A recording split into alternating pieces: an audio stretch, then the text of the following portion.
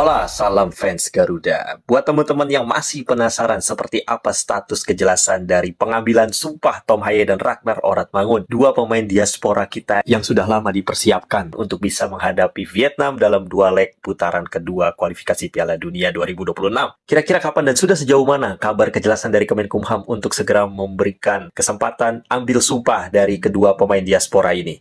Setelah sebelumnya Nathan Choaon yang tengah malam langsung gas ambil sumpah untuk bisa menyusul Jai Itses ke skuad Sinteyong, kini bagaimana dengan kabar Tom Haye dan juga Ragnar Oratmangun? Masalahnya, menurut kabar yang sedang berhembus bahwa kedua orang ini masih membutuhkan dokumen-dokumen yang harus dilengkapi. Artinya masih ada yang terganjal di situ. Kalau Nathan Cho kan udah enak, dia udah ambil sumpah, habis itu dia tinggal nunggu peralihan federasi. Ya, walaupun dia ini masih nunggu barang hampir sepekan untuk peralihan federasi, tapi seenggaknya dia sudah punya KTP dan paspor untuk bisa didaftarkan ke skuad Sinteyong ya pada pra Piala Dunia ini. Sementara deadline-nya itu hari ini. Tanggal sekarang itu harus sudah store nama untuk segera diambil sumpah. Sementara dari Kemenkumham belum ada kejelasan. Karena kenapa? Ya masalah klasik yaitu birokrasi administrasi. Dokumennya masih harus dilengkapi. Ya persyaratan dari DPR. Sedangkan di masa injury time ini kita masih belum dapat juga kejelasan dari tanda tangan yang di Pertuan Agung. Kan butuh tanda tangan dari orang tersebut. Sampai di sini kita udah nggak bisa nyalahin PSSI karena dia sudah melakukan semaksimal mungkin. Ini masalah di prosedur birokrasi kenegaraan kita sendiri. Apalagi yang di Pertuan Agung itu konon katanya sedang ada tugas ya, alasannya KTT atau apa. Tapi kan kayaknya udah pulang. Harusnya dia bisa segera tanda tangan. Maksud saya gini loh, harusnya setiap elemen itu sama-sama ngegeber gitu, sama-sama ngedukung kelancarannya, bukan hanya karena 1, 2, 3 perkara birokrasi. Akhirnya orang ini jauh-jauh datang dari negeri kincir angin, malah sia-sia sampai sini, nggak jadi bela timnas atau cuma nonton di GBK. Kan kasihan, apalagi kita para supporter penikmat sepak bola Indonesia pengen melihat kontribusi mereka di GBK langsung dengan mata kepala kita sendiri ke stadion.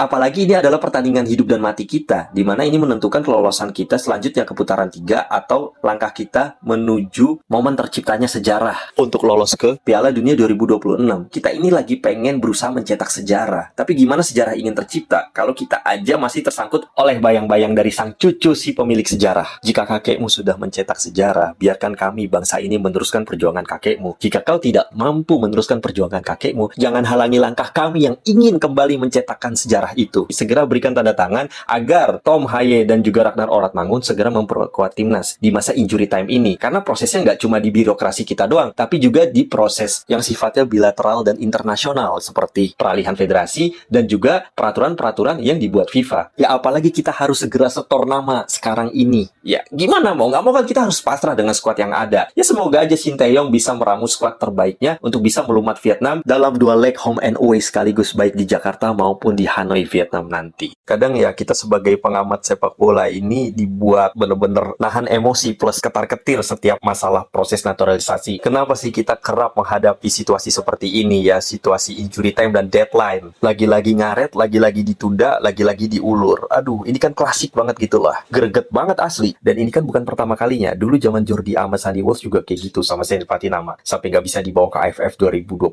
kan saat itu. Akhirnya mereka baru bisa bermain di AFF 2022. Itu pun cuma Jordi Amat. Karena kondisinya saat itu kan Sandy Walsh sedang cedera. Ditambah Seny Patinama ini masih ada masalah administrasi dan birokrasi. Lagi-lagi klasik kan? Dan itu terulang di zamannya Nathan Cho dan Jai. Makanya mereka nggak bisa langsung dibawa ke Piala Asia. Karena ya banyak hal yang belum diselesaikan. Belum lagi kalau mereka ditahan sama klubnya ya kan. Dari 3 yang direncanakan untuk bisa membela Indonesia di Piala Asia, hanya 1 yang lulus, yaitu Justin Hubner. Beruntung dia datang-datang langsung ambil sumpah. Gak pakai istirahat itu. Lagi capek-capeknya langsung ke Kanwil langsung ambil sumpah. Ya kan mirip seperti kasusnya Nathan Cho kan. Datang-datang tengah malam buka kantor langsung sumpah. Nah sekarang terulang lagi untuk 2 rekannya, yaitu Tom dan juga Ragnar ya. Sekarang kita udah deadline, hanya tinggal beberapa menit lagi peluit pertandingan harus dibunyikan. Tiba-tiba suruh cetak gol ya. Tiba-tiba hari ini juga, detik ini juga suruh store nama. Mumpung ini masih tanggal 13. Sementara kita masih kebentur sama masalah klasik tentang administrasi dan birokrasi, prosedur dari sistem regulasi dalam negeri. Ya kali malam-malam hari ini juga paspor KTP langsung jadi, tapi belum ada kejelasan tanda tangan dari yang di Pertuan Agung. Ya mau bagaimana lagi? Ya mau nggak mau terpaksa harus ditunda lagi proses dari Tom Haye maupun Ragnar. Mereka mungkin ya baru bisa main ketika lawan Irak dan Filipina. Cuma kan kasihan gitu loh, udah jauh-jauh tapi nggak menghasilkan apa-apa, sia-sia. Cuma gara-gara birokrasi, gara-gara oknum-oknum yang sering banget mempersulit gitu loh, terutama yang bermerek banteng merah itu. Ya ampun, kenapa sih dia selalu selalu aja menjadi penghalang sepak bola negeri ini ya. Baik PSSI dan jajaran Kemenkumham dan juga yang lain-lainnya termasuk di pemerintahan, bahkan kementerian sudah berusaha semaksimal mungkin untuk gerak cepat dalam sesi proses sampai finishing program naturalisasi pemain keturunan diaspora Indonesia ini. Tapi ya kita mohon untuk orang-orang yang memiliki kepentingan dan juga memiliki kewenangan, please tolonglah permudah jalan kami ini. Jangan selalu dipersulit mulu gitu loh. Kita udah capek dipersulit mulu, apalagi lu terlalu lama hiatusnya. Atau kalaupun memang kalian ini punya program, apa kalian tidak memiliki wakil-wakil gitu yang bisa mewakili kalian menandatangani agar proses ini segera selesai? Kalau memang harus melalui tanda tangan kalian juga, ya udah tolong dipercepat, jangan dipersulit atau jangan diperlambat, diulur-ulur lagi, karena kita juga capek ngalamin hal ini mulu. Yang lebih capek lagi orang yang ampe jauh-jauh datang ke sini tapi nggak dapat apa-apa.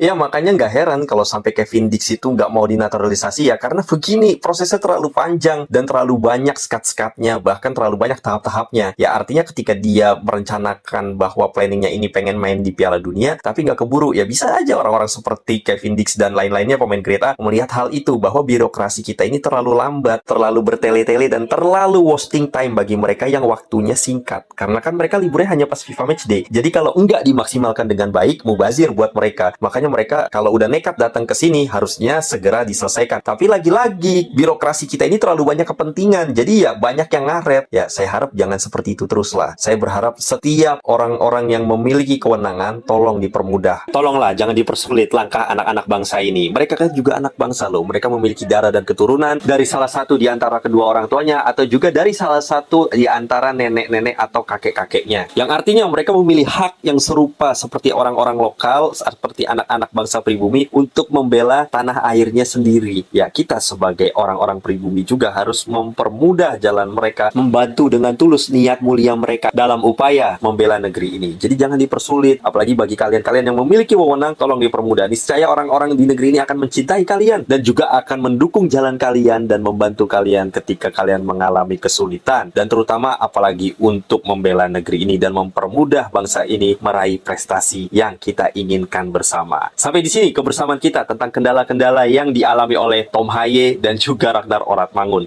Nathan sudah tinggal menunggu alih federasi, sedangkan Tom Haye dan Ragnar Oratmangun harus rela untuk kembali pasrah dan menunda keinginan kuat mereka ini dalam membela timnas Indonesia melawan Vietnam di putaran kedua kualifikasi Piala Dunia 2026 zona Asia, baik di tanggal 21 Maret di Jakarta maupun di tanggal 26 di Hanoi, Vietnam mendatang. Leave your comment below. See you and thanks for watching.